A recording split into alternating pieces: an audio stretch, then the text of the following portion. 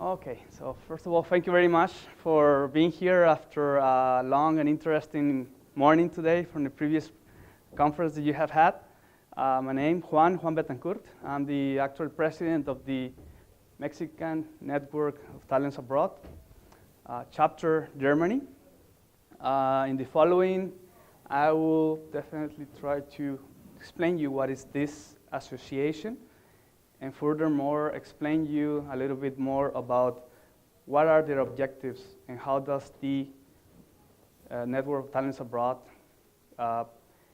links to the thematic of globalization, culture, and linkages internationally. So first of all, I would like to start with the topic about globalization. Globalization itself is a phenomena that has not only existed in the last years, but has existed all in the entire history that we know. So usually, globalization means change, a broad aspects, interaction. But I try to define it as follows. As you know, history is always changing. It's a cycle all the time that repeats itself. And usually, it's driven by the mankind always seeking a better living. It means wealth. Always acquiring new norms that regulate the way they are. Culture. They are basically pursuing constantly their development to acquire a certain edge level. Technology. That are constantly moving around, traveling around the world or regions, making networks. Furthermore, learn how to break these beliefs and try to understand other ways of doing things. Then knowledge is made. And at the end, define ways of doing things, what we know as processes. And most importantly, all this is transmitted generation after generation. And that's how we receive our education. And if we see it in another way, globalization has been always there, but it's evolving all the time. That means society is evolving. And if you wrap up all these topics here around the world, we have always, as a society, increased the wealth and culture with technology. We have derived this technology from a history of knowledge fostered by networks, continuous processes that led to our actual education. Basically, without this here, we would not be the society that we are. Okay? Previously, and the most important thing is around the world now is united, but before it was only regions. Now and then, the globalization was there, and the most important thing is the people. Yeah. So my presentation will focus on why and how the Mexican Talents Network Abroad links into this goal of globalization and knowledge. Our agenda is basically try to make it very, very simple, but just to give you a background of what the things are happening, what is the German chapter itself, how does it work, and then I'll open a session of questions for you so you can bombard me with questions as much as you can, okay? So we start first with Mexico. You know Mexico? Who has been to Mexico already? 1, 2, 3. Okay, I hope that sometime the next ones will be going to Mexico nearby. So Mexico at the moment, you cannot see here because it's too much light. Mexico has in the world too many treaties, commercial treaties. It's one of the countries who has openly treaties with the world, has with North America, South America, Europe, Asia, Australia. Yeah, there's many treaties there. That's globally. But in Mexico itself, there's currently internal needs like better economy, better education, having a earning investment, and so on. So there's a mismatch. Okay?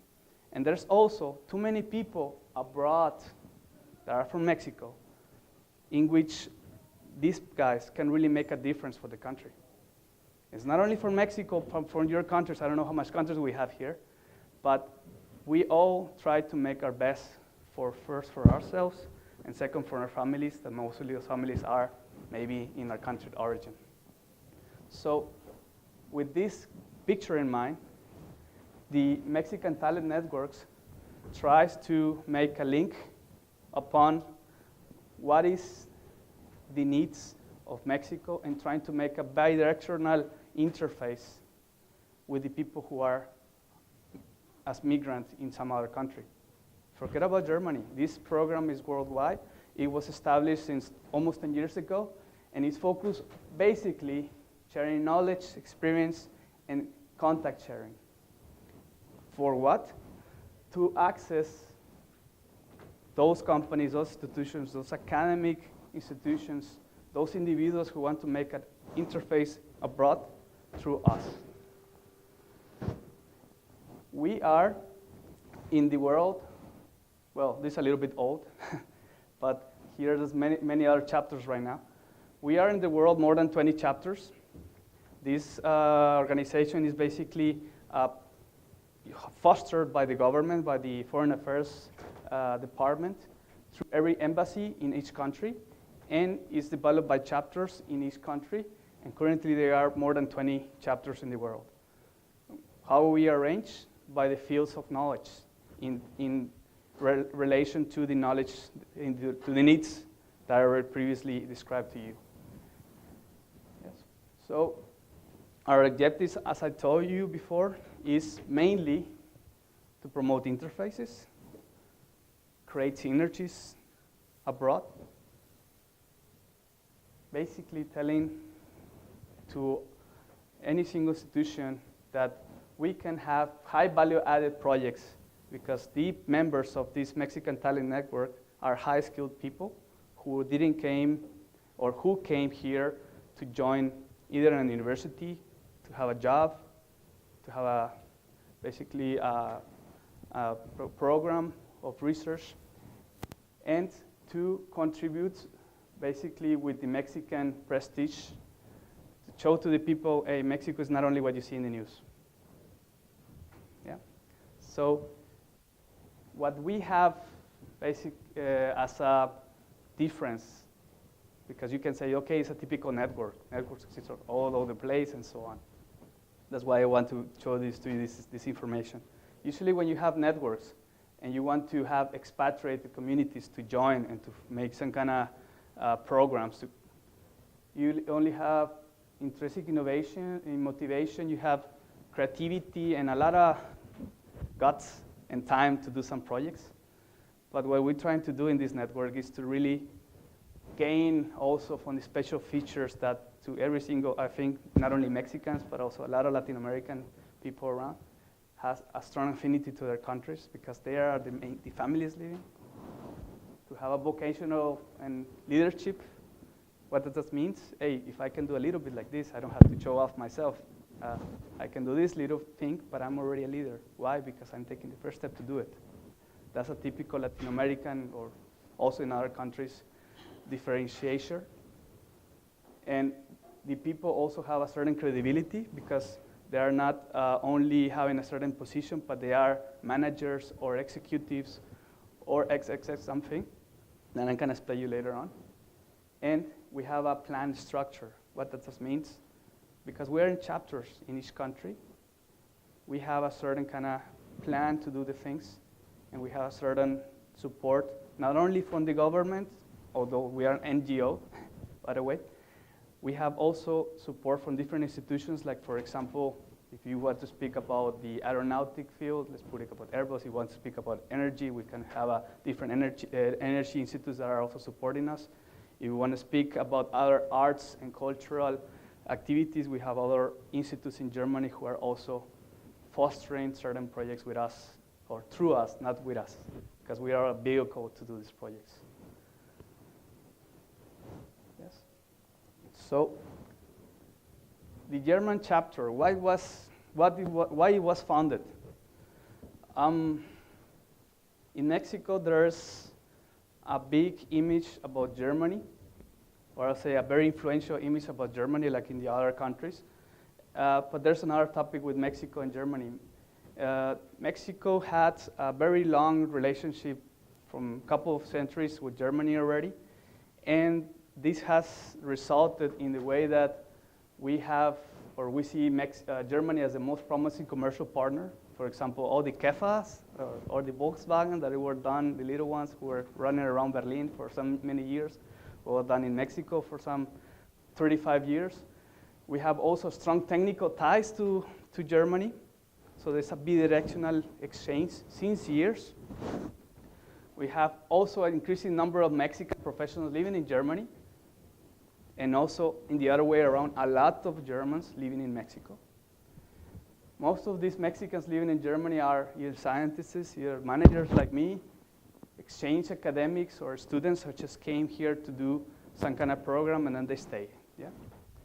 And with Mexico, Germany has consolidated relationships. I just told you about Volkswagen, but maybe you didn't know that maybe one of the aspirins that you took were made in Bayer in Mexico for so many years. Maybe you didn't know that also, how can I say, well, I'll explain you that later when you see the video and kind of show it to you, that we have many cultural similarities, although we speak a different language, and we have a very strong academic links.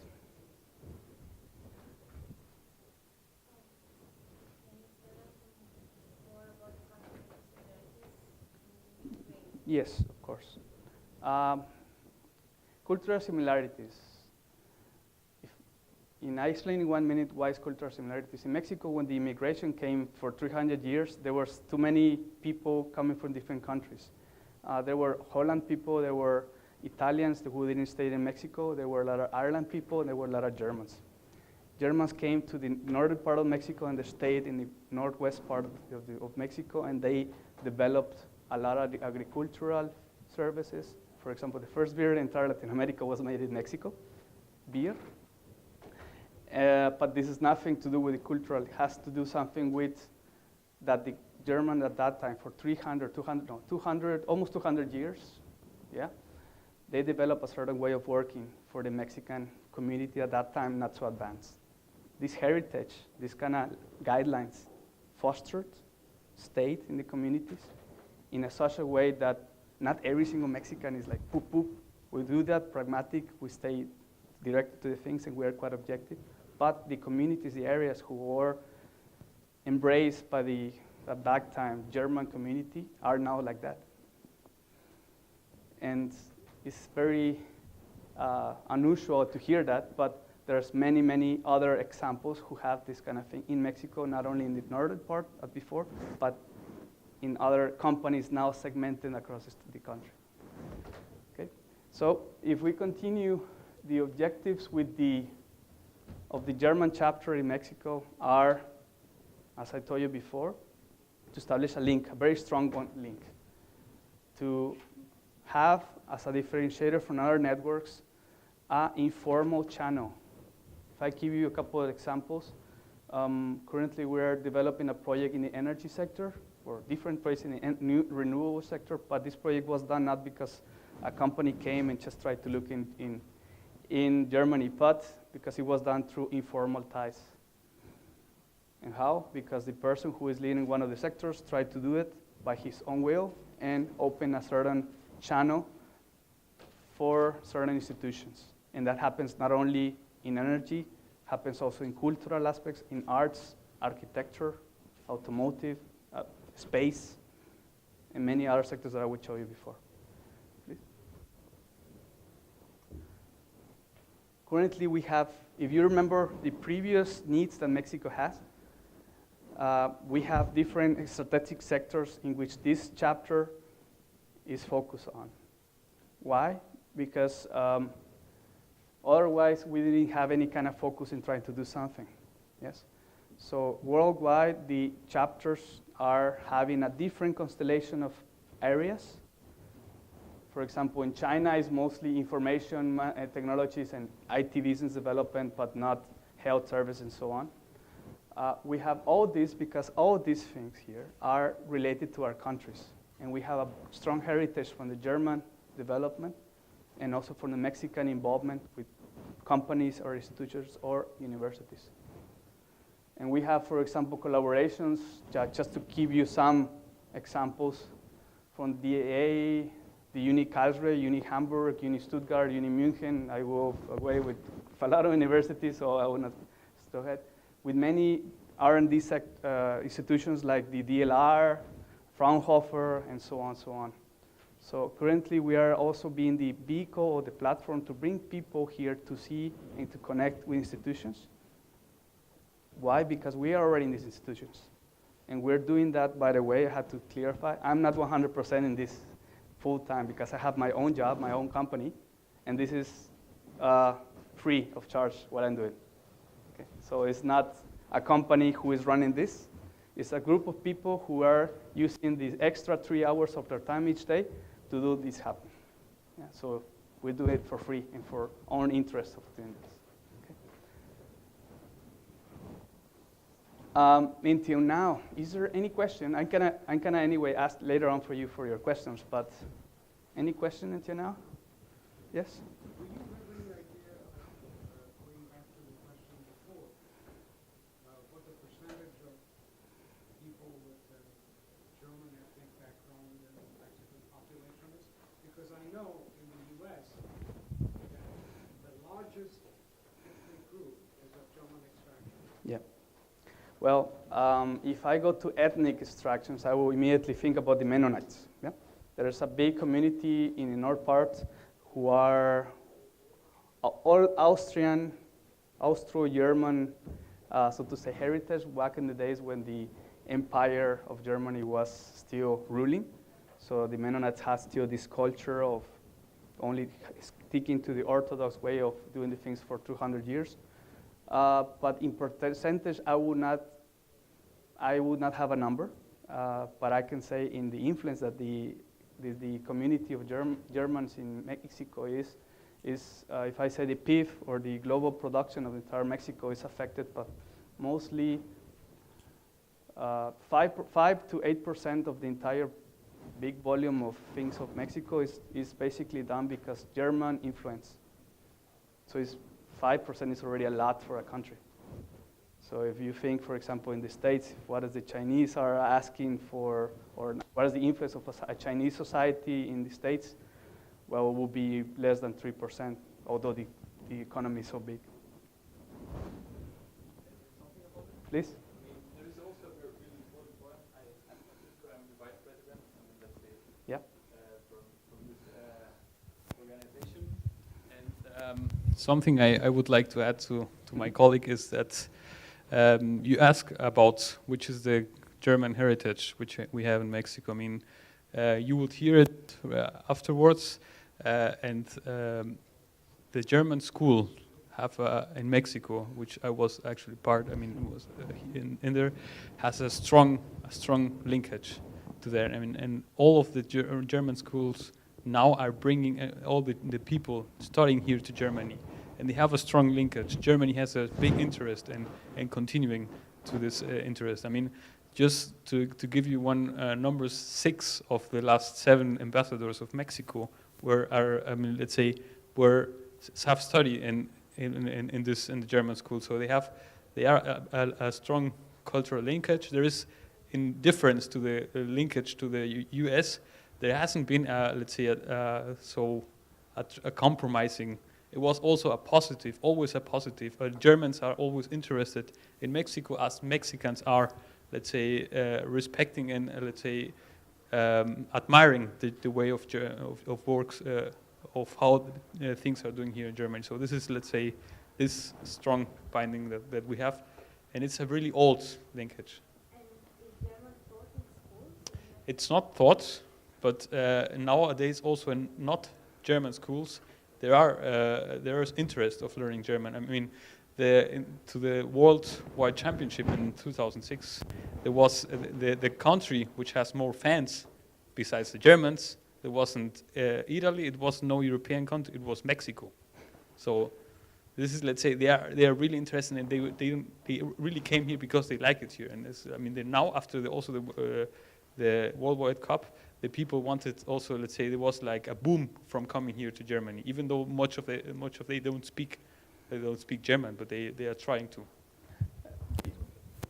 Well, I would elaborate a little bit more later on because there's many other examples that are coming into my mind. But first, I would like to definitely continue with this, and I can come to some good examples about that relationships. So, as every single association, we have different kind of plans to do, but we try to do it quite pragmatically. Why? Because as I already told you, it's not easy to have this as a second job and try to invest a lot of hours in it and still get results. So what we're trying to do here is really try to make an objective and pragmatic actions that we can have as a result. Because even here in Berlin, as in Hamburg, as in Munich, as in Frankfurt, we have like more than 10,000 Mexicans. And from these 10,000 Mexicans, most of them, or 80% of them, are related to an association. And each of them has a certain focus in terms of profession. And currently, as I told you before, we are arranged in these fields. Please don't go forward. So these fields are the ones in which we foster. What that means? When I speak about life sciences, you know that Germany is one of the pioneers in life sciences and medicine. Yeah. So, for example, Charité, right now, a director of a program in Charité, she's Mexican, and she has developed something for studying the brain.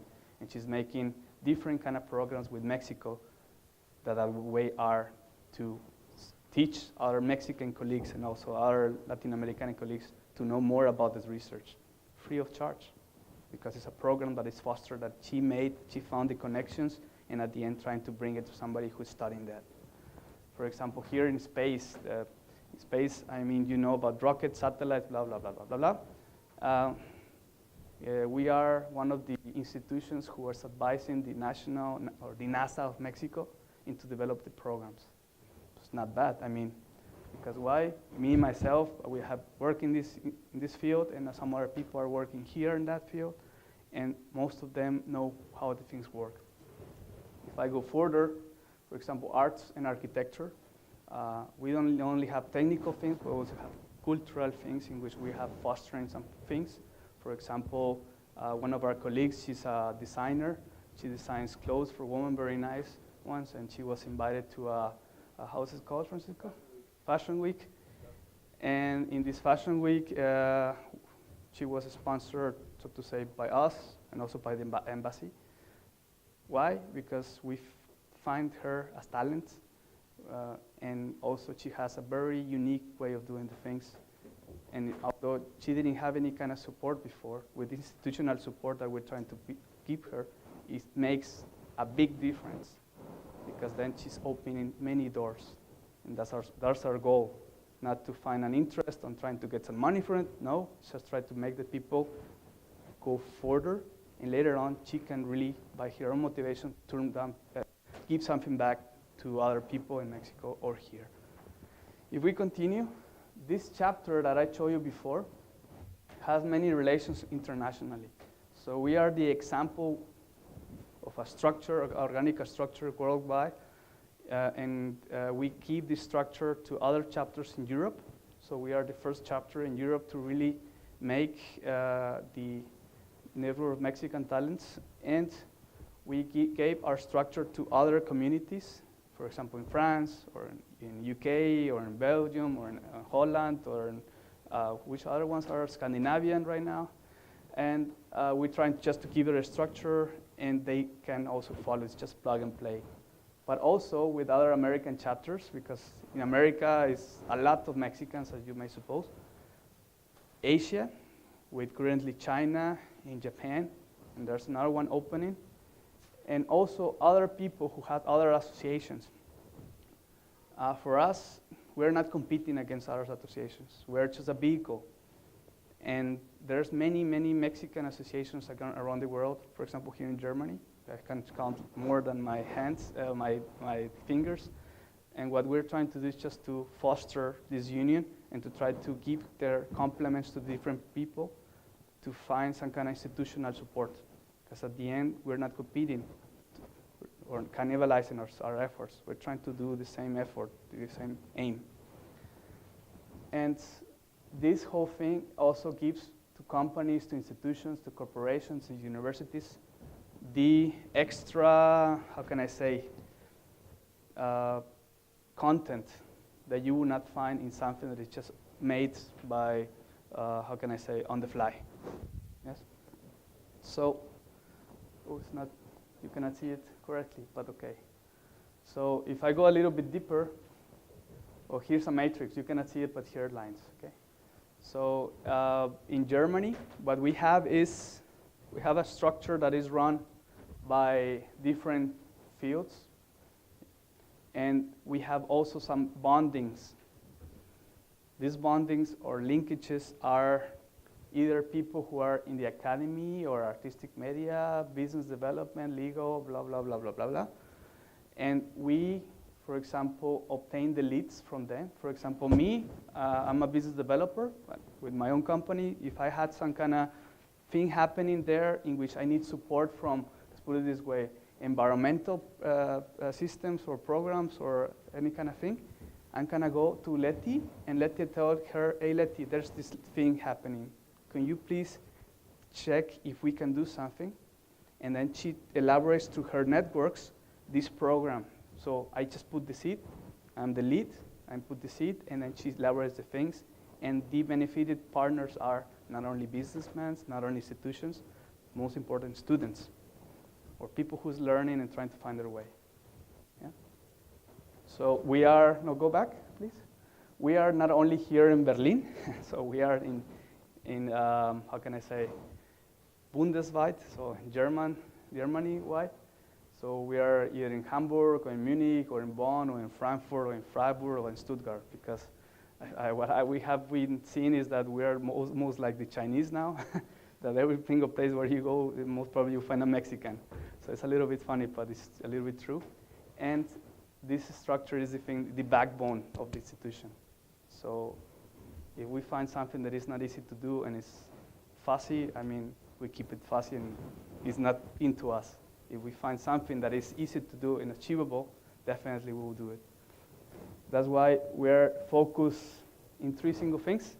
Very German, simple actions, yes, professionalism, and pragmatism. So that's our operation plan.